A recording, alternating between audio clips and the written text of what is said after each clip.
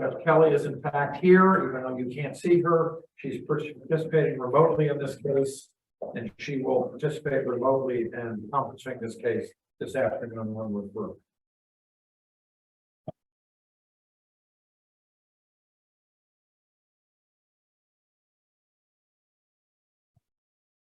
And we are ready when you are.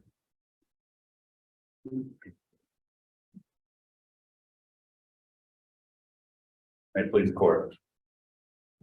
My name is Rob Healy, and I represent the appellant Stephanie Keogh. I would like to reserve 5 minutes for a vote. Thank you.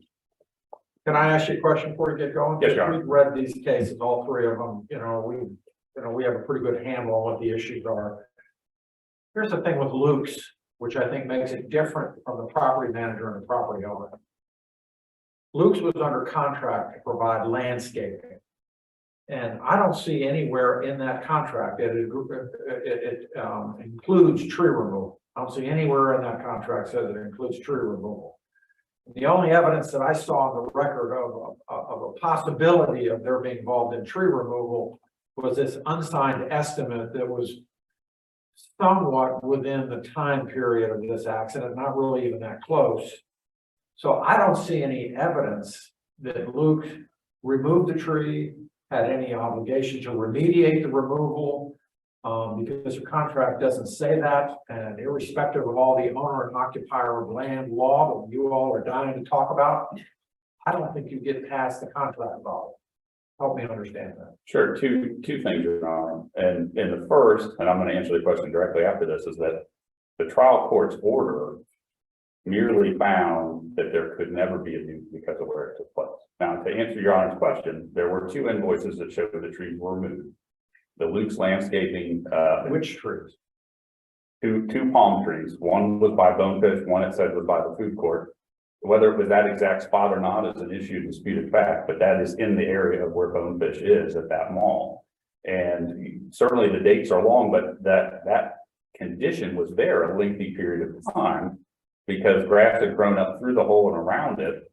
And it was obvious that that's what had happened based on the testimony of the Luke's employee, Mondelli. He said, and looking at the photograph of the area, it looked like where the tree had been taken out and the stump had not been ground. And he went on to explain that not grinding the stump properly was not workmanlike.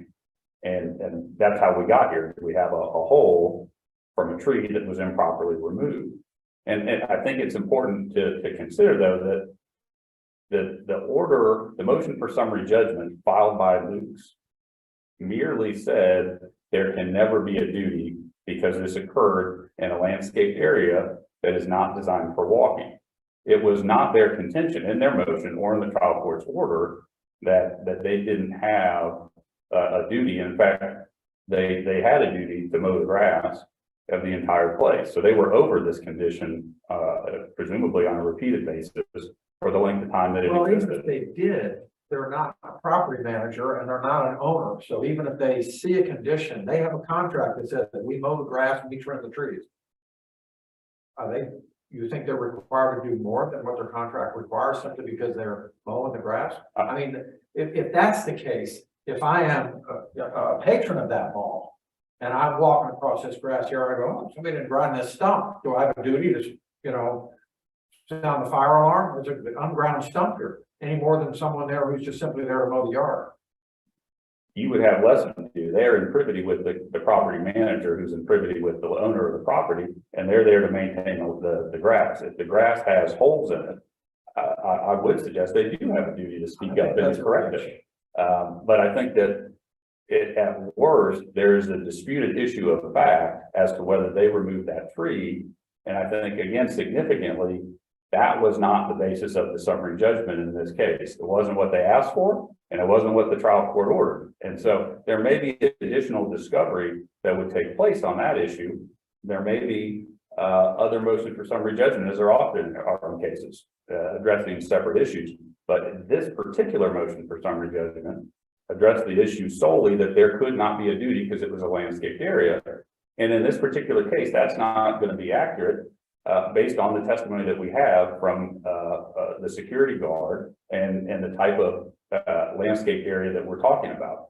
In this particular case, unlike the cases cited by police, there's no evidence that this area was not intended to be used by pedestrians. So your whole shooting match really on the liability is the third case opinion in the Family Dollar case, right? But I think the Grimes case could not be more on point, both factually and the law. It talks about a maintenance company. It talks about the owner of the property and also the dollar store, which was the lessee of the property. All three were granted summary judgment in that case. And that summary judgment was reversed. And it was very similar. The summary judgment was granted because it was a landscaped area. And the Grimes court reversed, saying, well, in this particular case, this landscaped area, there was knowledge and notice that it was being used by pedestrians. So I think there's some operative language in Judge Soren Grimes having to do with continuous and obvious use by pedestrians. And your client's evidentiary hook for summary judgment on that would be the loss prevention officer who testified that he saw people on occasion using the beds, right? So I think that's the primary, but he didn't say merely on occasion. I outlined it in my brief. That was one of the things that he said in his testimony, but he also agreed that it would be pretty ordinary for pedestrians to walk from their vehicle across that grass to the sidewalk in his testimony. He stated he would have expected people to do that on a daily basis. But is that the same thing as design? I'm sorry, Your Honor, design. Landscape area designed for pedestrian use is what the case law says. Just because on occasion somebody does it, doesn't mean that it was designed for that. And the Grimes case also was very factually different from this case, because there was no evidence of heavy pedestrian use, you know, such as a beaten path and a garbage can that was there. We don't have that here. So I don't see Grimes as the same case as this case. And if I could address that, Your Honor, if it was designed, which I think is a disputed issue of fact, it's over, we win, because they're on notice that they have to maintain that area.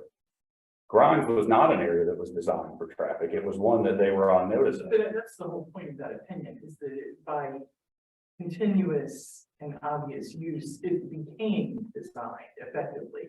They had a garbage can, it wasn't being used as landscaping anymore, it was being used as a walkway. And Your Honor, I would disagree that that was the point that it became designed. They said in that Grimes opinion that it was either not designed for walking or it was known to have been used that way. And they talked about the garbage can, as did police. And what the court said about the garbage can was that the garbage can provided evidence that someone knew it was being used for that purpose. They didn't have any actual knowledge in the record in Grimes where one of the parties actually knew it was being used. They said because the grass was worn, because the garbage can was there, either the lessor, the property owner, or the maintenance company, one of them must have known that it was being used. And for that reason, it had to be remanded because there was a jury question as to constructive notice and as to who had constructive notice. That's exactly what that case says.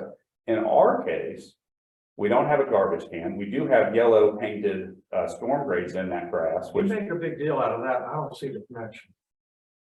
I mean, storm drains are storm drains. What do they have to do with pedestrian crossing? I mean, you said that it was painted yellow so people would see it. I thought it was painted yellow for the property manager to say, okay, we got to go service the storm drain. There it is. I don't see that connection. so it's a reasonable inference that painting something yellow is to warn persons, whether it's a curb, whether it's a storm drain. And in addition to that, Mr. Haber, the security guard, testified that he agreed it was likely painted yellow. It provided notice, and likely painted yellow so that people who were using the grass regularly to cut to the sidewalk would not step on it. And so at this stage, the summary judgment stage, I think it's additional evidence, very much like the garbage can, that somebody knew that this was being used as a path. And that takes us out of those cases where folks were walking on planter timbers, walking on landscaped areas that were in the middle of sidewalks and into this Grimes case where, actually, the Grimes plaintiff did the exact same thing, parked the car, walked through the grass. And I think that, again, to argue that it needed to be a worn path or there had to be a trash can is missing the Grimes's point, the Grimes court's point, which was someone who was in charge of that property had noticed. Who it was wasn't developed below because the summary judgment order in that case was solely dealing with just like in this case, that it was a landscaped area. And because it's a landscaped area, trial court said there can't be a duty. And the Grimes court said that's not right. And I think that that's similar to the closest case I got from this court was that Cook versus the Renaissance Fair case that involved an exposed pipe in an unpaved walkway. And this court reversed the summary judgment. That trial court said the same thing in the Cook case, that it was open and obvious and it wasn't inherently dangerous. And that's essentially what to summarize the cases cited by appellees that they say. This court said even if it's open and obvious, the landowner can still be held responsible for failing to exercise reasonable care. Look, you downplay the whole trash can thing, but there's a footnote, sort of like the one in Brown versus Board of Education. And it says that the record evidence in that case showed that the area in the middle of the landscape feature had been planted, but it was so trampled by foot traffic that all it now is a dirt area in front of the store. That the garbage can had been placed inside the landscape feature, right next to the trampled footpath area. And that was really what this court hung that on here. I can't overstate the significance of the footnote to the analysis, and that's a lot different than what we have here. And Your Honor, I don't feel that I'm downplaying. I think that what we have here is more than that. That is evidence that it was being used. We have someone whose job it is to provide security for Simon, one of the defendants here in Appalachia, with actual knowledge that it was being used for this purpose. Well, but the actual, where the actual knowledge, a lot of where the actual knowledge came from in Family Dollar was the evidence showing that this was clearly being used as a footpath, and that it was the landowner and the manager was accommodating that by placing the trash can. Here, what we have is the security guard saying occasionally, yes, sometimes it could happen, but that's to me not the same in terms of order of magnitude of evidence for summary judgment that warranted reversal in Family Dollar. And here we've got a security guard who, like you said, he was a loss prevention officer, if I'm not mistaken.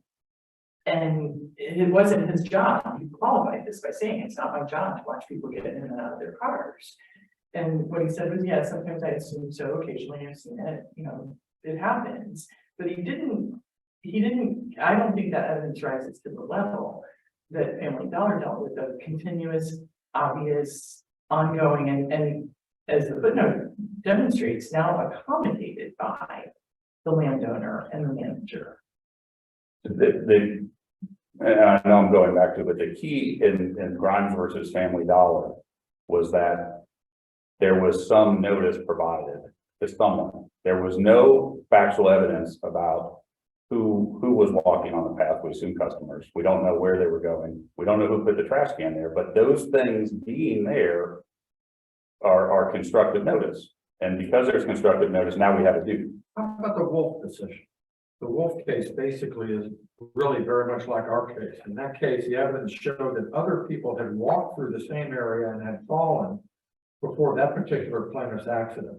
That court rejected the argument that such evidence required reversal because the plaintiff fell because he knowingly was cutting through a landscaped area instead of using a walkway that was designed for that purpose. Isn't that what we have here? We actually have access to the sidewalk in question that doesn't require you to walk through the landscape. And Wolf basically said just because other people went through it and because other people even fell, that's not enough.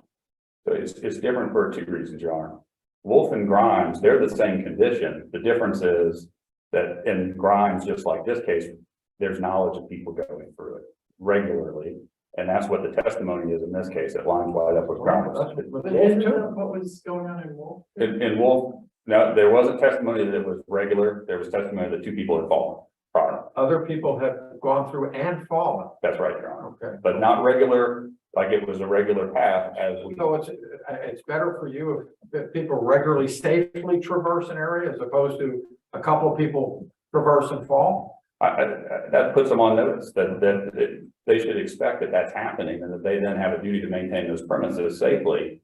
The other thing about Wolf that's different is Wolf involved tree roots. They're naturally occurring in a landscaped area.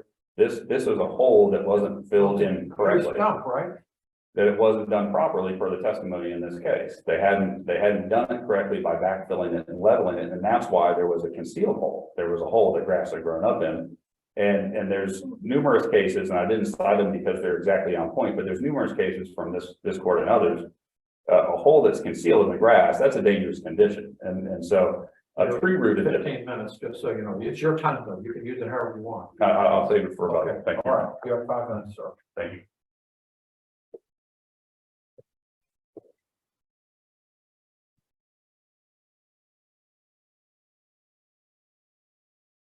Please support. My name is Ezekiel Lugo and I represent Happily Loose Landscaping. And this morning I've agreed with Council for Simon and Council for Macy's that I will use 15 minutes and reserve 5 minutes in case they want to add anything or simply fulfill the argument. The circuit court of this case did not err because it applied the case law correctly.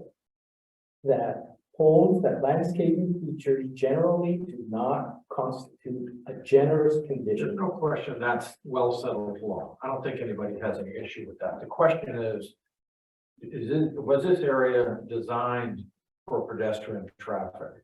And here's the problem I have with it. Basically, what we have is a sidewalk that's sitting between two expanses of grass that are on either side, have curbs, parking blocks where cars come in on either side of the park.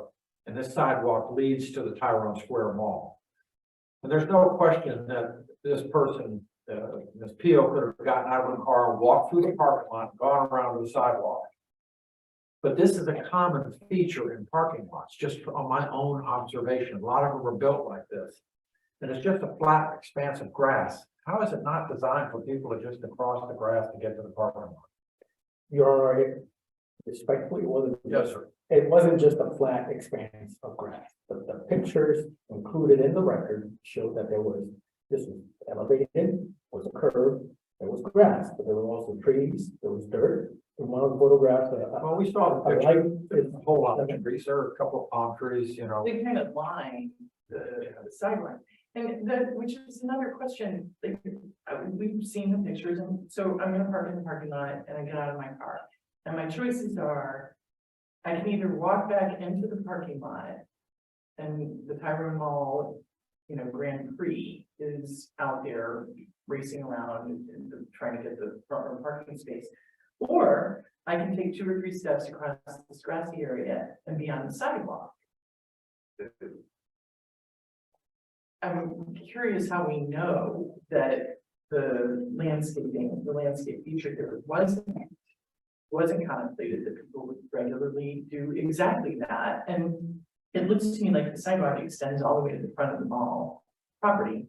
So I'm thinking maybe the sidewalk is really there for, say, for example, there's a bus stop in front of the mall. And that's how people who are coming from Tyrone Boulevard or whatever are going to be able to access the entrance to the mall.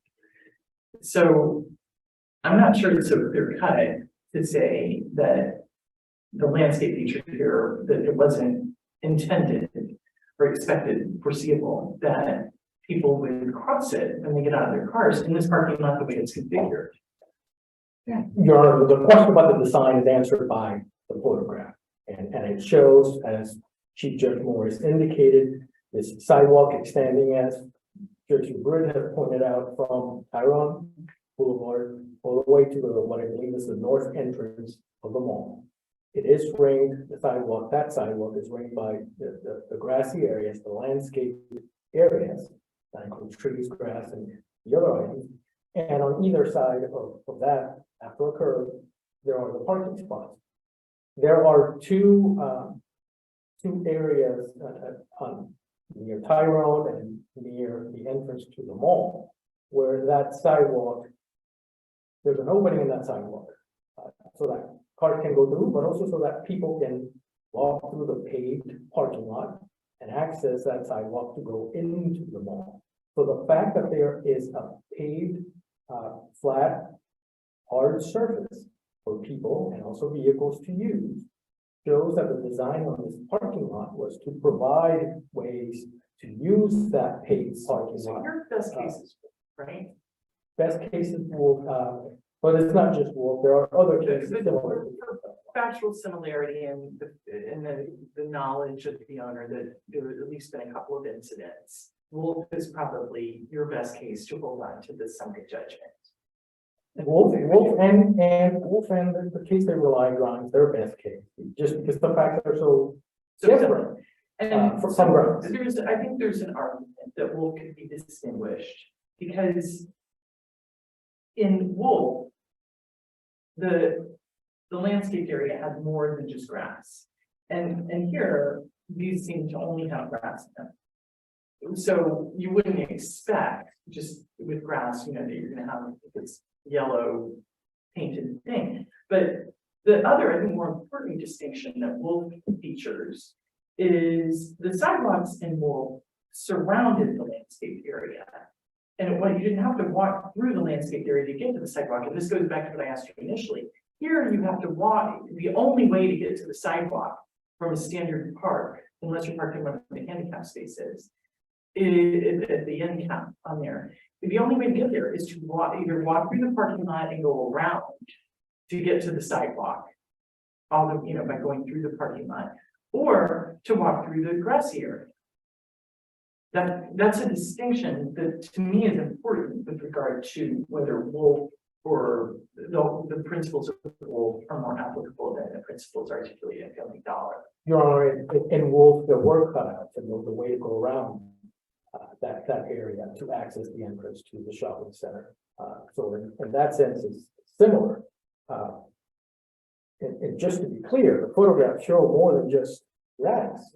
There's trees, there's other shrubs, there is mulching in that area, there's dirt, there's grass, there's the curb.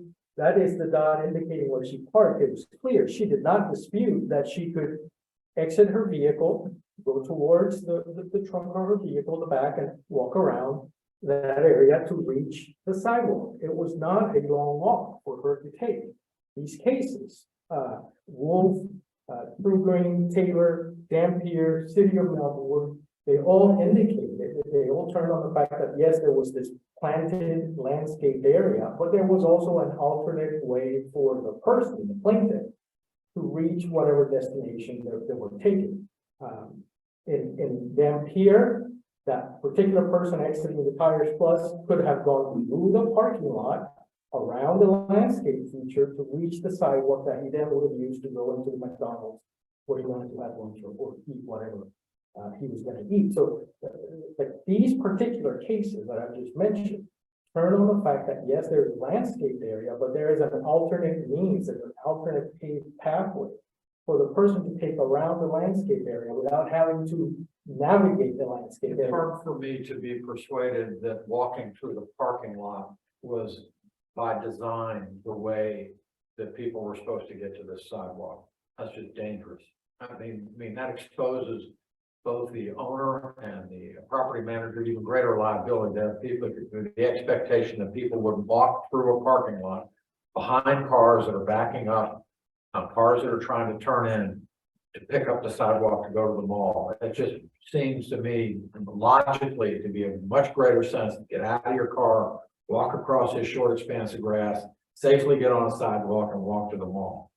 And therefore, it's hard for me to buy the argument that this was not designed for pedestrian traffic.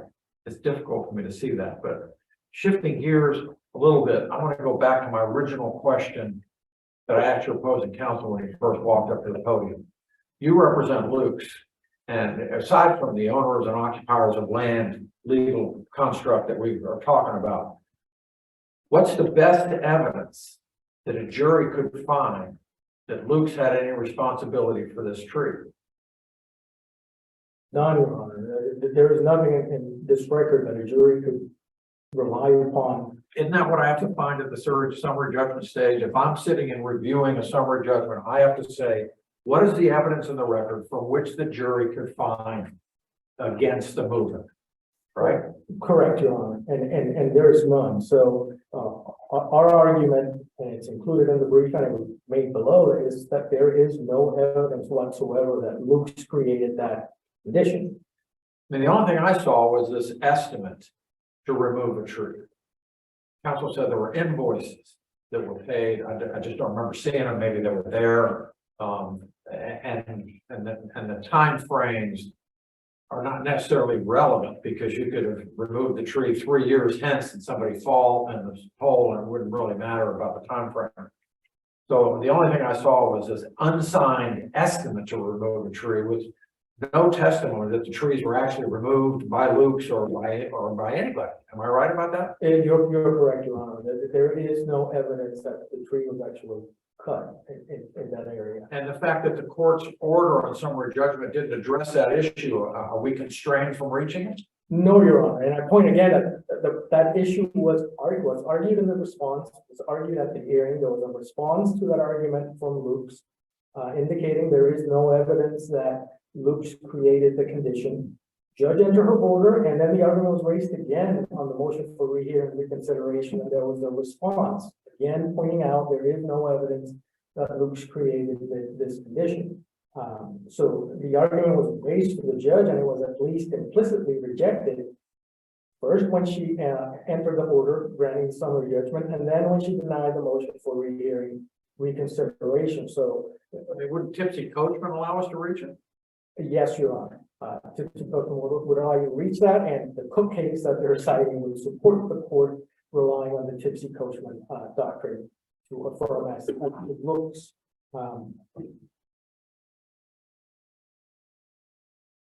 And turning back to the question about how it's hard for the court to understand how walking through the parking lot is safer or less safe than cutting through the grass.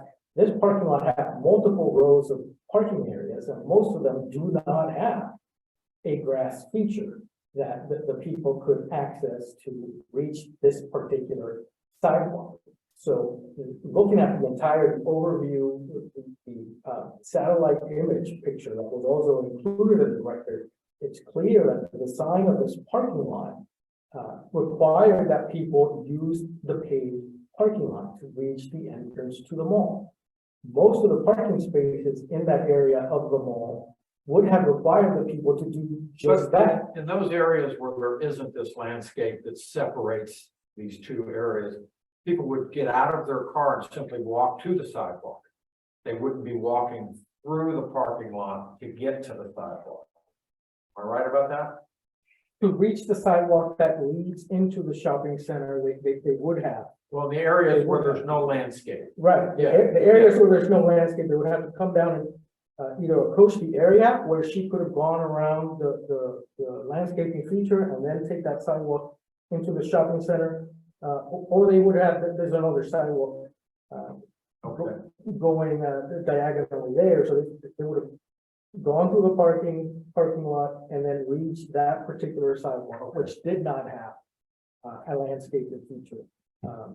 So the fact that the landscaping feature was there in that particular section did not indicate, does not support the inference that that particular landscape feature was intended to be used as a walking surface.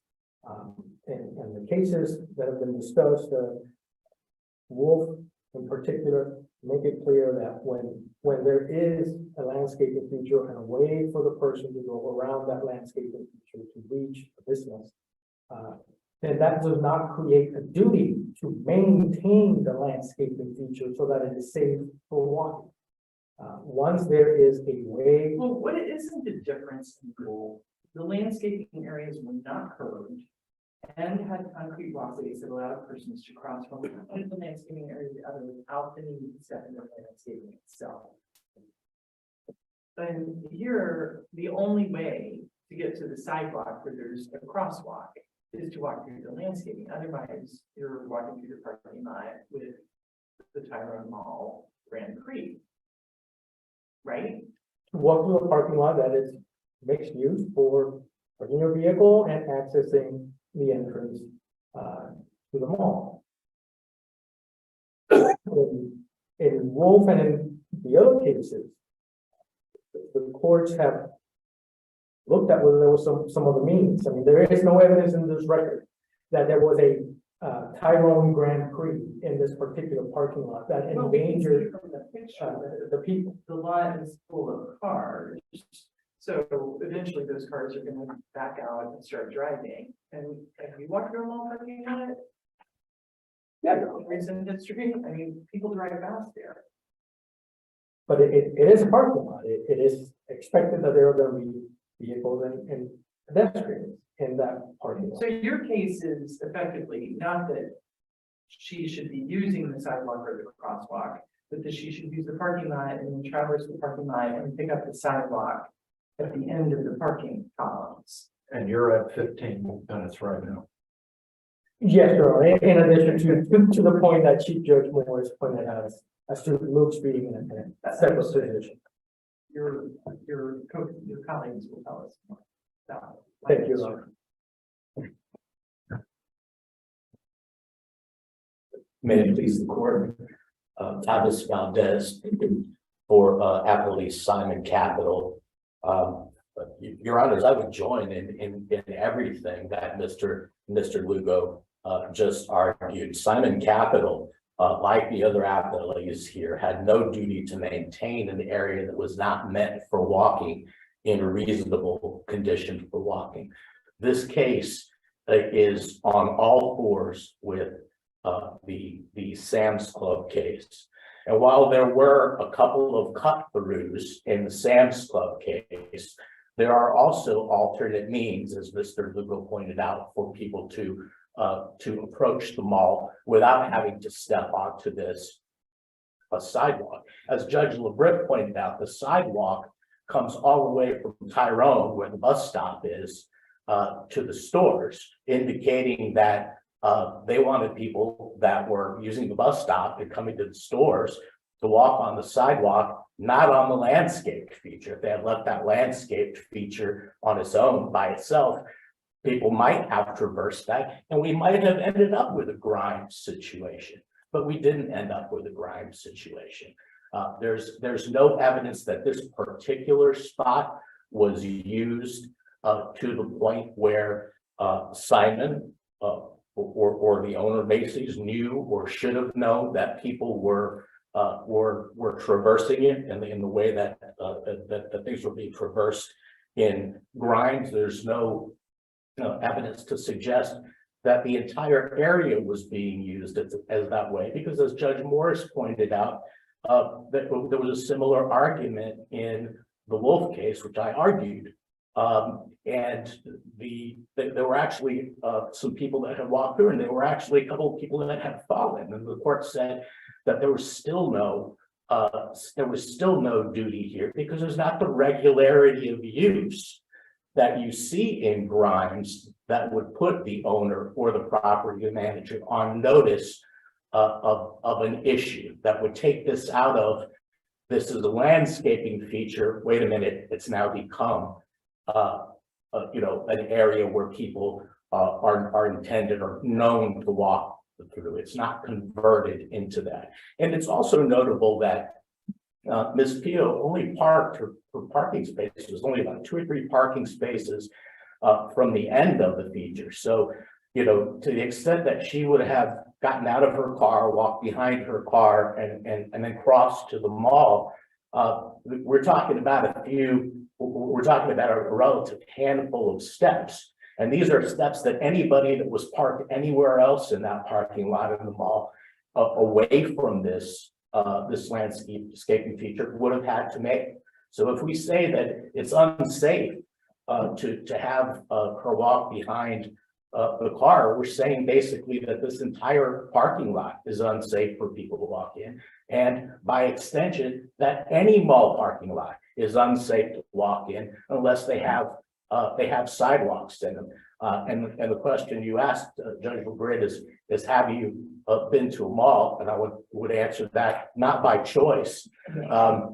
But when I have been to the mall, I have repeatedly parked, gotten out of my car, and with due care, walked behind my car and up to the mall. That's what everybody else in Tyrone Square was doing in areas without this landscape feature. A few people occasionally used it differently here, and that puts it squarely into the Sam's Club scenario, far from the Grimes scenario, and equally far from the Cook versus Renaissance Festival area, because in that case, out of this court, the landowners knew that people were going to be walking through the grass. I'm sorry, through the dirt, the dirt parking lot, and should have taken this man-made feature, this exposed pipe, and dealt with it. So for all those reasons, the reasons in our brief, and our joinder in the arguments made by Mr. Lugo today, we would ask that this current court affirm summary judgment in favor of Simon Capital. Thank you. Thank you, Your Honor.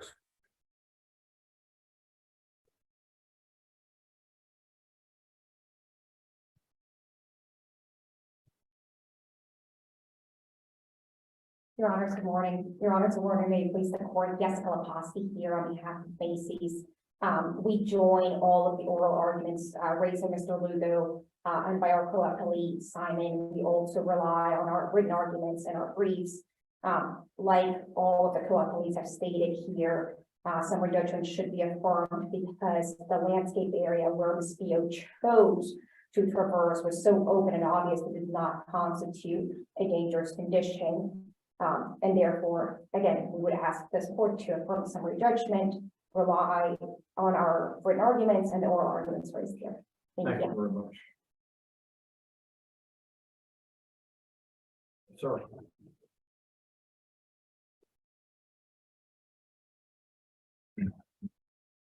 The Grimes case, as we discussed them, both of these actually specifically distinguished Wolf, as I'm sure Your Honor saw, and said the landscape area was not designed for, nor was it used by pedestrians. And that's really the issue. This was used by pedestrians here. And I understand that Your Honor's concern and discussion regarding the trash can and the worn grass. What I would suggest, though, is if the court is of the opinion that the trash can and the worn grass are more notice of use or notice of more use than the actual knowledge we have here, we still have a factual issue for purposes of summary judgment. There's still an issue for a jury about foreseeability in this case with the facts we have of actual notice as to whether that provides constructive notice to any of the defendants in this case, just like Grimes. And for that reason, it should be reversed. And I would suggest that that the Cook case, this court decided, talks about that foreseeability is typically for the jury. And in that case said whether the exposed pipe was a dangerous condition is a question to be addressed by the jury. And I think that applies here. Was this foreseeable? That's a question for the jury. Was this a dangerous condition, this concealed hole? That's a question for the jury. Whether it's exactly what's in Grimes or not, this is a summary judgment that was granted and has taken the case from the jury. We have enough here that it should be reversed and it should be for a jury to determine. With respect to the design issue, clearly the sidewalk here is very different than the one in Wolf. I think Your Honor certainly saw the pictures and understand that this sidewalk seems to have no purpose other than maybe connecting to the bus stop all the way out of the mall, but it's right next to where everybody parks. And while, you know, some folks may not use it, we know a lot of folks did based on the evidence. And if it's even a disputed issue of fact that it was designed to be used by pedestrians, again, summary judgment should be reversed, because now we got a factual question as to why it was there, what it was used for, and that takes us out of Wolf and that line of cases with True Green. And the last point I wanted to make, unless there's any questions, was back to the Luke's question. We have evidence in the record that at least provides disputed issue of fact that they created the condition. If they created the condition, clearly summary judgment should be reversed. We know that the tree was removed improperly at that location based on the testimony of their employee. We don't know 100% that they did it, but we know that they were the only landscaper on the premises over the relevant time period. We know that there was at least estimate invoice, 2 of them, and there was testimony about 2 trees, one at the food court, one at Bonefish. Bonefish is in that area. I'm not sure that that's the food court, but there's other restaurants there, so it could have been. There is evidence upon which we should survive a motion for summary judgment because Luke's actually created the condition. And so for all those reasons we've argued previously in brief, I'd ask that the summary judgments be reversed as to all 3 appellees. And thank the court for its time today. Thank all of you. This is very well briefed, very well argued. It's a very interesting issue. Quite frankly, it's a close call. So thank you very much. Have a good day. Thank you, Your Honor. All rise.